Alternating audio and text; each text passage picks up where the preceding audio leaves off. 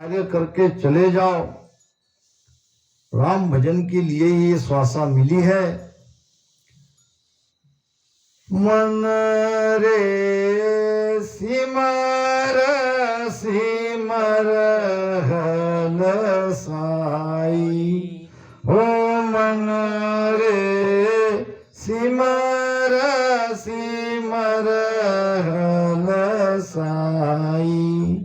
राम भजन बिन श्वास जावे, राम भजन बिन श्वास जावे। शेष भरेत मिलाई, मन रे सिमर सिमर हल साई, हो मन रे सिमर सिमर हल साई। राम भजन की ढील करे रे, कर्मा की ताकीदी। मेरे राम कर्मा की ताकीदी। सत संगत तज जाय ताया, सत संगत तज जाय ताया। फीट लानत तोय गीदी, मन रे सिमर सिमर हल साई, हो मन रे सिमर सिमर हल साई। हल साई यानी क्या?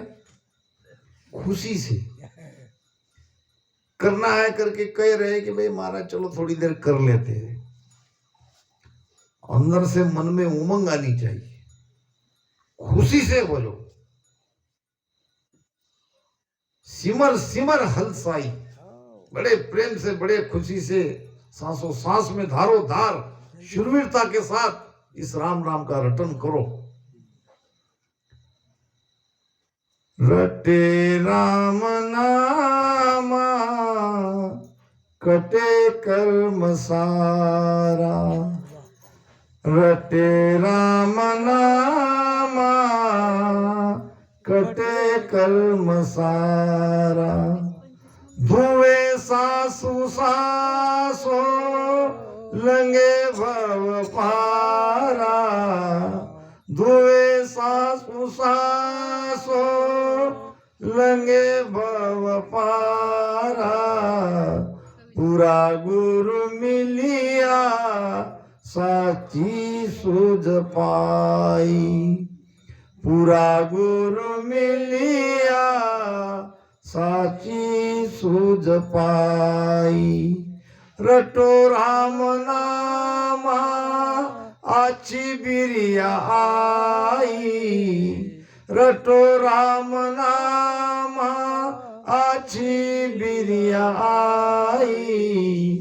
पूरा गुरु मिलिया साची सूझ पाई। सब स्थिति अनुकूल है। भजन करना है तो इसी उम्र में करो। जब रिटायर हो जाते हैं, जब गवर्नमेंट कहती है कि भाई तुम बैठो घर पे, अब तुम हमारे काम के नहीं, उस उम्र में तुम भक्ति करोगे तो भजन नहीं होगा। सुखराम कहे मन जोश है तब लग भक्ति होए, और निर्बल गए गरीबी गए जासू बने न कोई। जब तुम निर्बल बन जाओगे, घर में तुम्हें कोई पूछेगा नहीं, तब क्या करोगे? अभी करो। संतों ने कहा है, करना है सो अब कर लीजिए, जीवन जीवन जाए भागो रे, करना है सो अब कर लीजो, जीवन जाए भागो रे, पल पल आयु घटे तन चीज, मरणो आवे आगो रे, पल पल आयु घटे तन चीज, मरणो आवे आगो रे, राम मरणो आवे आगो रे, ओ सर है हरि भजवा को, हरि जन होय सो जागो रे, जागो जागो, आप हरिजन हो, बड़ा अच्छा मौका मिला है, जागो, जाग पियारी अब कहीं सोवे, जागो जागो, ओ मोसर है हरि भजवा को। बुढ़ापे में कुछ नहीं होगा मेरे भाई, बुढ़ापे में आप कुछ नहीं कर पाओगे। कहते हैं कि भगवान ने मनुष्य को 25 वर्ष की आयु दी थी। मनुष्य कहने लगा भगवान को, भगवान इतनी छोटी उम्र, अरे भाई मैंने सबको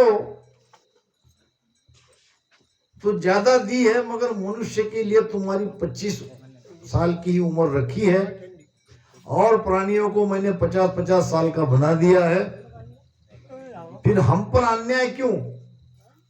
अरे भाई 25 वर्ष की जिंदगी बहुत बढ़िया जिंदगी है, 25 वर्ष तक जियो और मौज मस्ती के दिन है, आनंद से रहो, खुशी से रहो, और इतनी काफी है। तो मनुष्य याचना करने लगा, प्रार्थना करने लगा, महाराज 25 वर्ष में क्या होगा, कुछ बढ़ाओ। इतने में एक गधा आया भगवान के पास, वो भी अपनी मांग लेके, हमारी मांगे पूरी करो। भाई गधा तुमको क्या तकलीफ है, तुम्हारी कौन सी मांग है? भगवान हम पर कृपा करो, ये 50 वर्ष की आयु क्या करेंगे? वैसे हमारी जिंदगी में बोझ ही लादना है, 50 साल तक कितना बोझ लादेंगे, हमारी उम्र कम करो, हमको नहीं जीना 50 साल।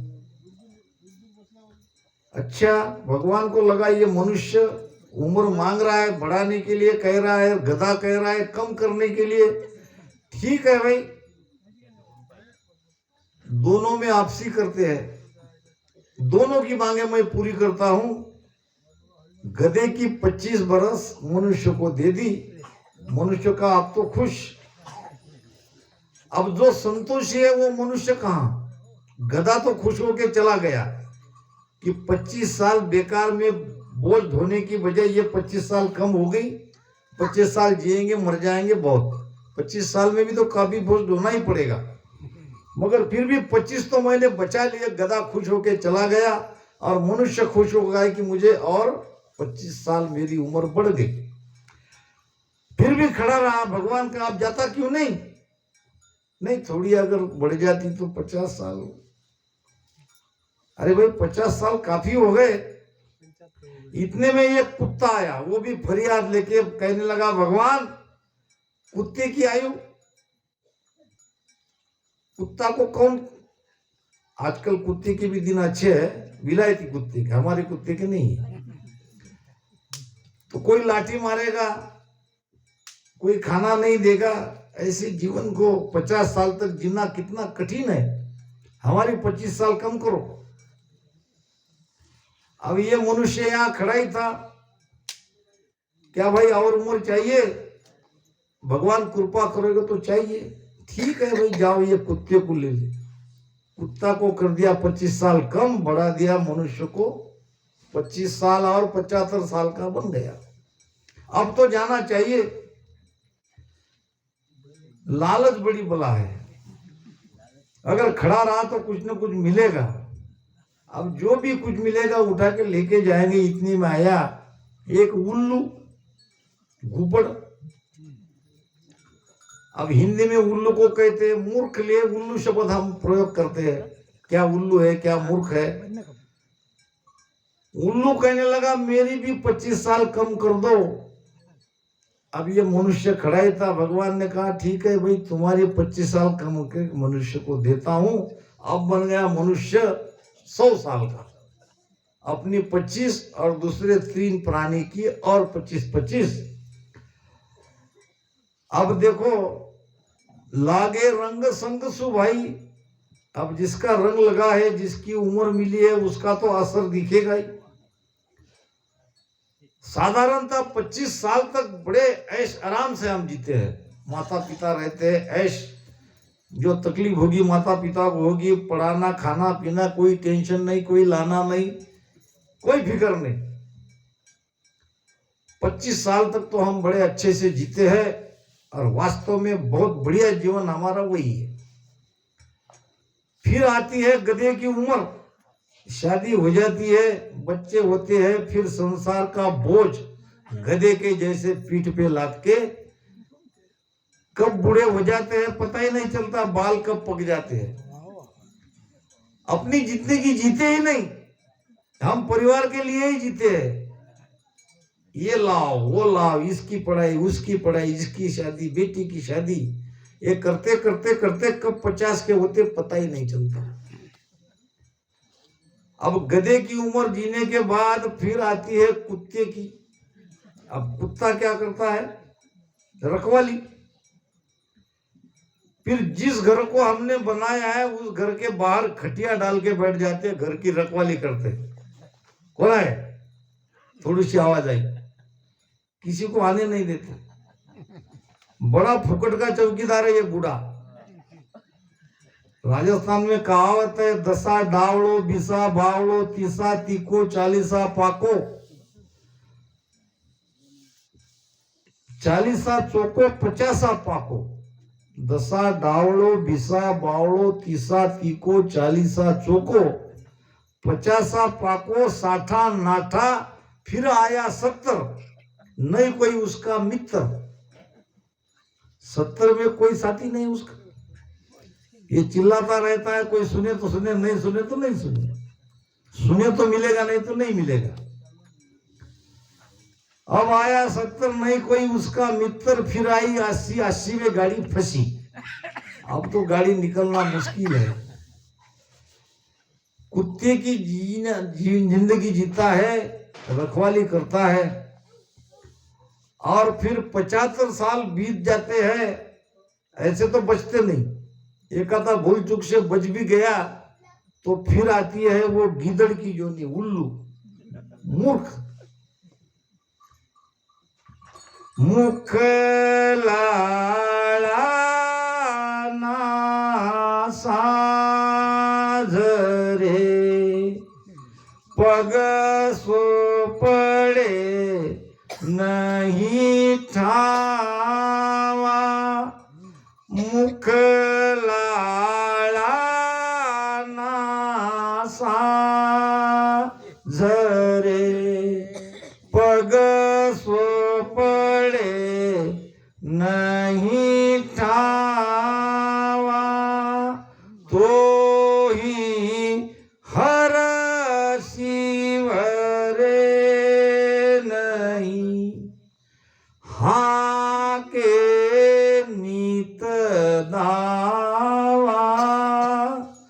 तो ही हर शिव रे नहीं, हाँ के नित दावा। मैं थाने बुझो रे प्राणिया, सन्मुख कद वेला। जिन तो को पे किया तन मन कद देना। ये शरीर के जो 9 द्वार हैं, 9 द्वार से मल झड़ता है। देख लो आप कितनी गंदगी है। राजा परीक्षित 7 दिन तक भागवत सुना। महाराज ने कहा है वाको मूल पड़े जो घट में देहत काल को मारे। व्याकरण साज भागवत बाचे अर्थ करे वो भारी। अरे वाको मूल पड़े जो घट में देहत काल को मारी। व्याकरण लगा लगा के भागवत की कथा सुनने से हमारा कल्याण नहीं होगा। बांधा पुराण सुनकुण तुरिया, बांधा पुराण सुनकुण तिरिया। मोख जाए जो वाबिद न्यारी, क्रिया सुकार सरिया। मोख जाने की विधि अलग है।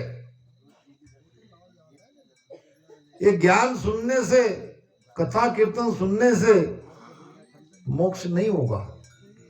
मोक्ष भजन बिना नहीं रे, भजन के बिना मोक्ष नहीं है, भजन ही करना पड़ेगा। तो मुख ये जो 9 दरवाजा है, इसमें मल जड़ता है। ये मलमूत्र की काया कही जाती है। राजा परीक्षित ने 6 दिन तक भागवत सुना और विचलित नहीं हुआ मन। ऐसे कथा सुनने में भागवत में भी नाम की ही महिमा है। और हर दिन पूछते,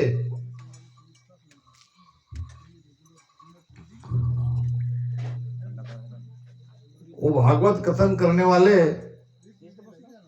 राजा परीक्षित जो भागवत सुना रहे थे, वो पूछते कि क्या तुम राजा डर रहे हो?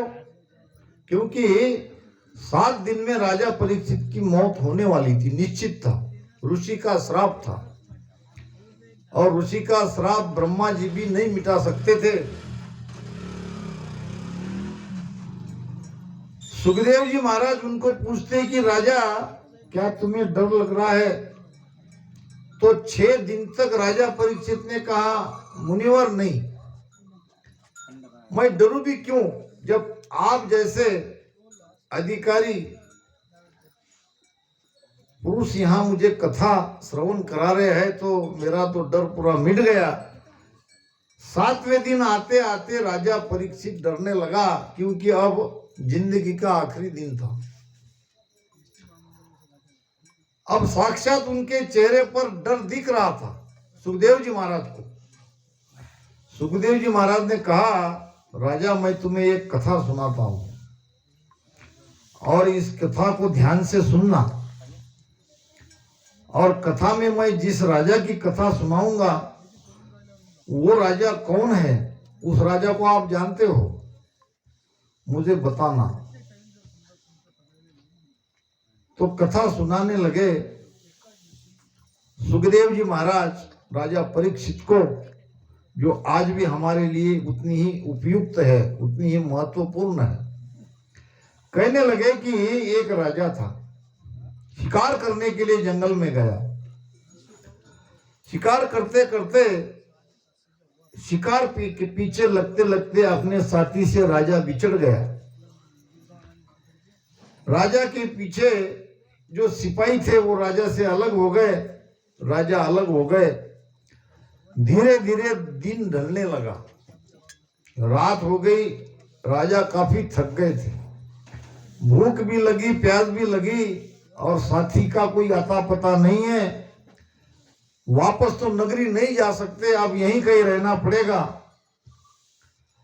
देखा कि कहीं रहने के लिए कोई ठिकाना मिलता क्या, तो दूर एक जगह कहीं एक दिया जल रहा था। अब दिए की तरफ देख के वो वहां जाने लगा। थोड़ी देर पैदल जाने के बाद दिए के करीब आ गया, देखा तो दूर से ही बदबू आ रही थी। वो एक कुटिया थी, एक कुटिया में से एक बूढ़ा व्यक्ति बाहर आया और कुटिया को दूर से ही वहां बहुत गंदगी आ रही थी, बहुत बदबू आ रही थी। राजा ने देखा कि अगर यहीं रहना है तो मैं कैसे रहूंगा, 1 मिनट मैं यहाँ ठहर नहीं सकता, मगर अब क्या करूं, और तो कोई रहने का ठिकाना नहीं, यहीं मुझे रहना पड़ेगा। एक बूढ़ा आया, दिया लेके देखा, कौन हो भाई? अब उसने कहा मैं मुसाफिर हूं, भटक गया हूं, एक रात के लिए मुझे सहारा मिलेगा। वो बूढ़े ने कहा देखो भाई, आपके जैसे यहाँ पहले भी कई लोग आ चुके हैं और उन्होंने भी मुझे याचना की, प्रार्थना करी कि रात के लिए रुकने की, और मैंने रुकाया भी, मगर दूसरे दिन जाने का नाम ही नहीं ले रहे। जबरदस्ती से उनको निकालना पड़ता है। तो ऐसे कई लोग यहाँ आए और यहाँ से जाने का चाहते नहीं है, तो तुम ऐसे नहीं करना। राजा ने मन ही मन कहा इतनी बदबू आ रही है और कौन मूर्ख होंगे जो यहाँ रहेंगे, मैं तो सुबह ही उठ के चला जाऊंगा, मुझे रात के लिए केवल यहाँ रुकने दो। देखो मैं फिर भी कह रहा हूँ, सुबह उठ के झंझट नहीं करना, नहीं तू भी और लोगों के जैसे करोगे, चुपचाप यहाँ से उठ के निकल जाना और आओ आराम करो। देखा तो वहां प्राणियों के मरे हुए प्राणी लटके हुए थे, वहां भी बदबू आ रही थी, वहीं उसका पैखाना था, संडास की जगह घर में ही थी, उसकी बदबू अलग, ये प्राणियों के सड़े हुए मांस की बदबू अलग। ऐसी स्थिति में राजा को रहना पड़ा।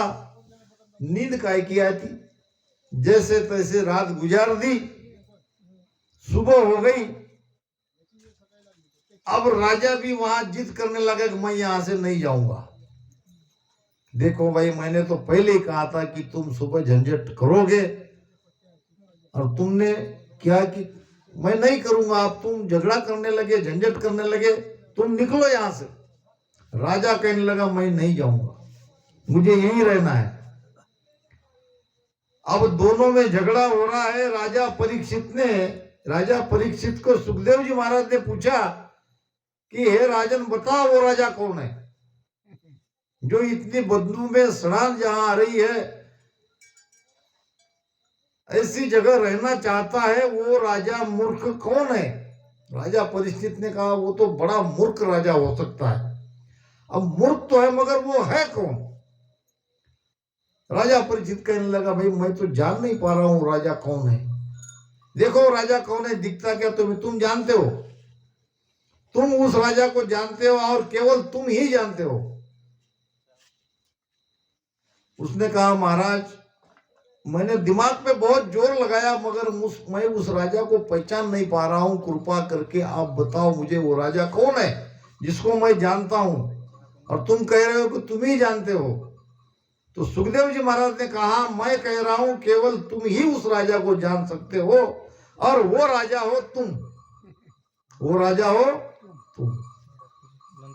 कि आज आखिरी दिन है तुम्हारा और तुम सड़े हुए इस शरीर रूपी कुटिया से बाहर जाने के लिए डर रहे हो, तुम जीने की आस लगा के बैठे हो। आज मैं स्पष्ट तुम्हारे चेहरे पे दुख देख रहा हूं, मरने का एक डर का भाव देख रहा हूं। राजा डरो मत, जाना तो सबको है। तो इस प्रकार से राजा परीक्षित का भय सुखदेव जी महाराज ने मिटा दिया। कहने का मतलब है ये जो शरीर है ये हाड़ मांस का ही तो है, यही टट्टी, यही मांस और खून, क्या है इसमें? हाड़ मांस रो बण्यो रे पिंजरो हाड़ मासरो बण्यो रे पिंजरो ऊपर लटकाए दियो चाम जी बोलो राम जी वो राम जी वो राम जी ऊपर लटकाए दियो चाम जी बोलो राम जी वो राम जी वो राम जी। चाम यानी चर्म, ये चर्म ही तो है, ये हाड़ मास का ये पिंजरा है, ऊपर से ये चर्म लगा दिया, इसको ही हम कहते हैं कि हम क्या समझते, हम कुछ नहीं है। महाराज कह रहे हैं परमेश्वर को जान संता को मानिए। कहाँ है भगवान, कैसे जानोगे? राम तुम्हारे है घटमाई, बाहर नहीं है, ये घट में ही है। प्रेम प्रीत सु पाओ। अभी देखा आपने भजन करके, प्रेम से प्रीति से भजन करने से क्या होता है आपने देख लिया, नहीं तो हमारे पटेल साहब के पास वीडियो है, देख लेना कभी। प्रेम से प्रीति से ही ये कुदरत कला जगती है, और ये कुदरत कला ही आपको राम जी तक ले जाएगी। राम जी को जानना है तो भजन करना पड़ेगा। परमेश्वर को जान संता को मानिए,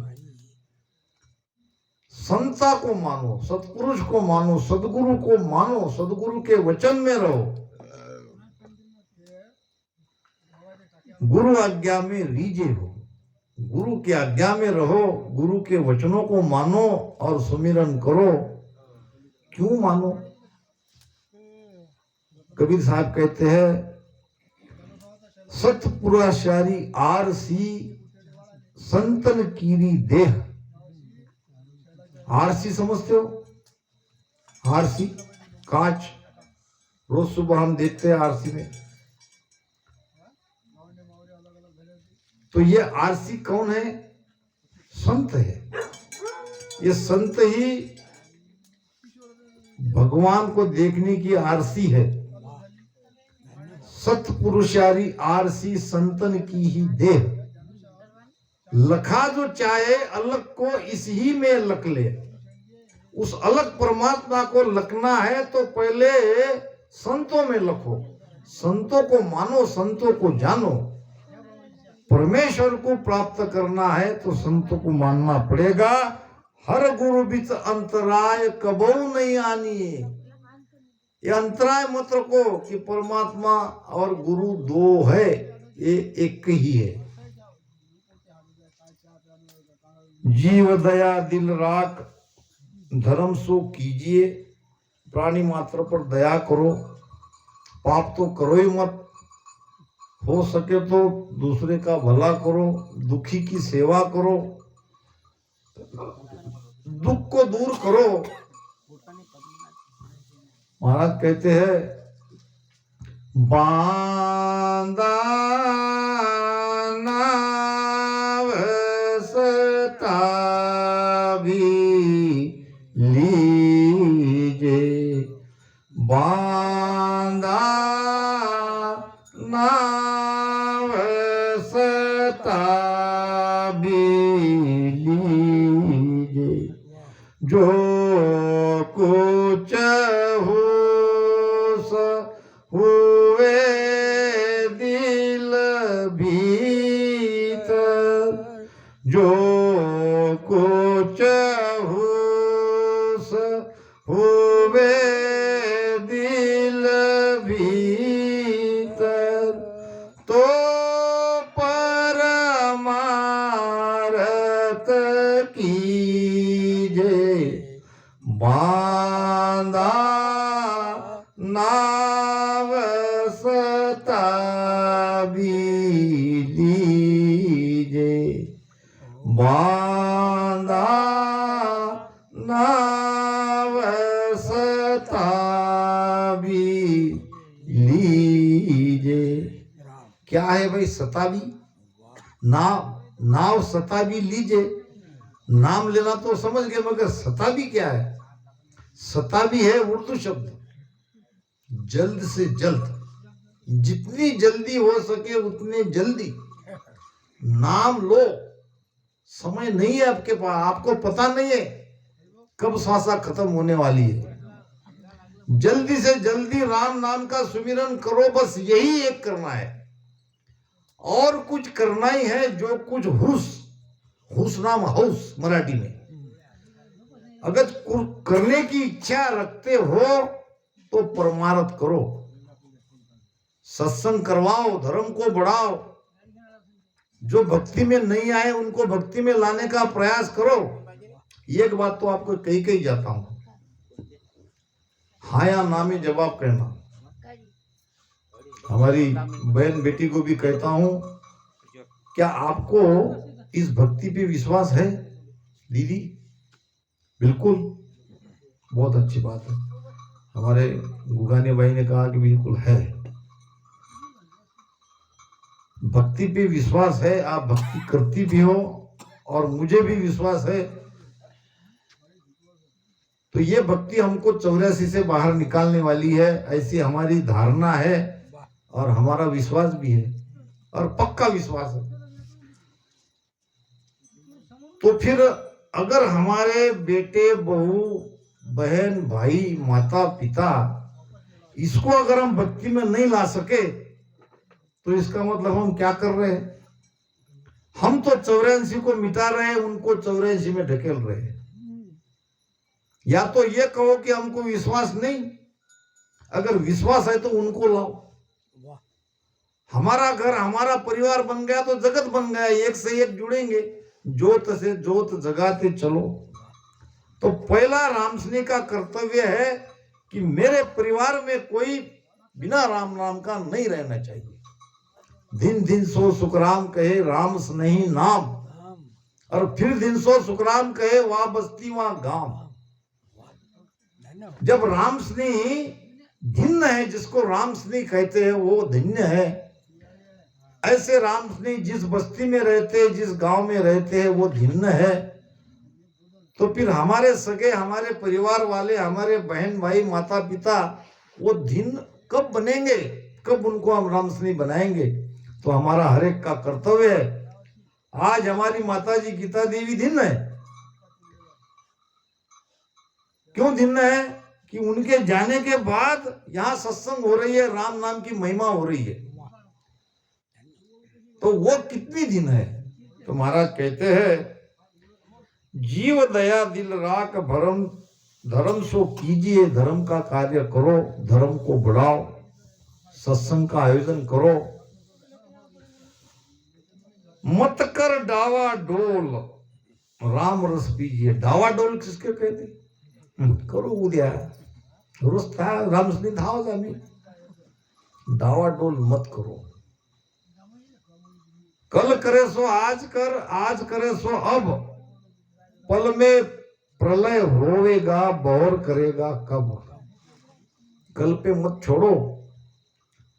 मरते वक्त रावण ने लक्ष्मण को कहा था, जब राम ने भेजा था, तो रावण ने कहा, लक्ष्मण अब तो मैं जा रहा हूं, मगर जब तुम्हें राम ने भेजा है मेरे पास तो मैं तुमको बता देता हूं। मेरी एक सीख हमेशा याद रखना, जो काम करना जरूरी है, जो सबसे महत्वपूर्ण है, उसको कल पर मत टालो, और जो काम करना जरूरी नहीं है उसके कल पे टालते जाओ। अब संसार में जरूरी काम है भजन, और सब टाल सकते हो, टालते जाओ, मगर भजन को टालो मत। इसमें डावा डोल मत करो। मत कर डावा डोल, राम रस पीजिए। ये अमृत का आनंद पियो और आनंद की मस्ती में रहो। कसर कोर सब काढ़, भगत सो कीजिए। भक्ति में कसर मत रखो, भजन में कसर रख सको, ज्ञान सुनने में कसर मत रखो। पूछो, बैठो। अगर कसर रखोगे तो नुकसान तुम्हारा होगा। जो चाहो सोई ज्ञान आन बूझो, मुझ भाई सुखराम ईसा देवाल है कोई लेवनहार। देने वाला है, ये महापुरुष बैठे है वाणी में, वाणी के रूप में साक्षात महाराज है। वो ज्ञान देने वाले हैं। आप लेने में कसर मत करो, आप भजन में कसर मत रखो। तन मन धन सुखराम गुरा को दीजिए। अब सदगुरु सुखराम जी महाराज तो नहीं है, फिर तन मन धन कैसे दोगे? तन मन अरब गुरा जी ना दीजे, 8 पोर अज्ञामाई रीजे, पतिव्रत खंड कबू नहीं कीजे, हरे मन गुरुमुख अमृत झरे। तन से भजन, मन को भजन में लगाओ, 700 रूपी धन भजन में लगाओ, यही समर्पण है। और इन्हीं शब्दों के